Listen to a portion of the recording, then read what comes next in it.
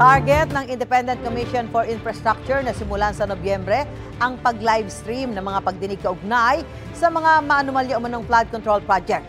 Ayon kay ICI Executive Director Attorney Brian Hosaka, inaasahang nakalatag na ang guidelines bago ang pagdinig ng ICI sa November 11. Nakatakdaang humarap muli si dating Department of Public Works and Highways Undersecretary Roberto Bernardo. Noong September 19, nagsimula ang investigasyon ng ICI. Nasa halos 20 individual na ang kanilang naimbitahan, kabilang ang ilang mambabatas, opisyal ng DPWH at mga district engineer.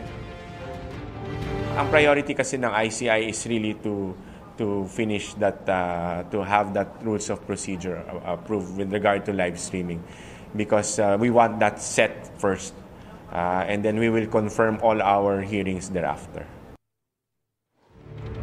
Gusto mo bang mauna sa mga balita?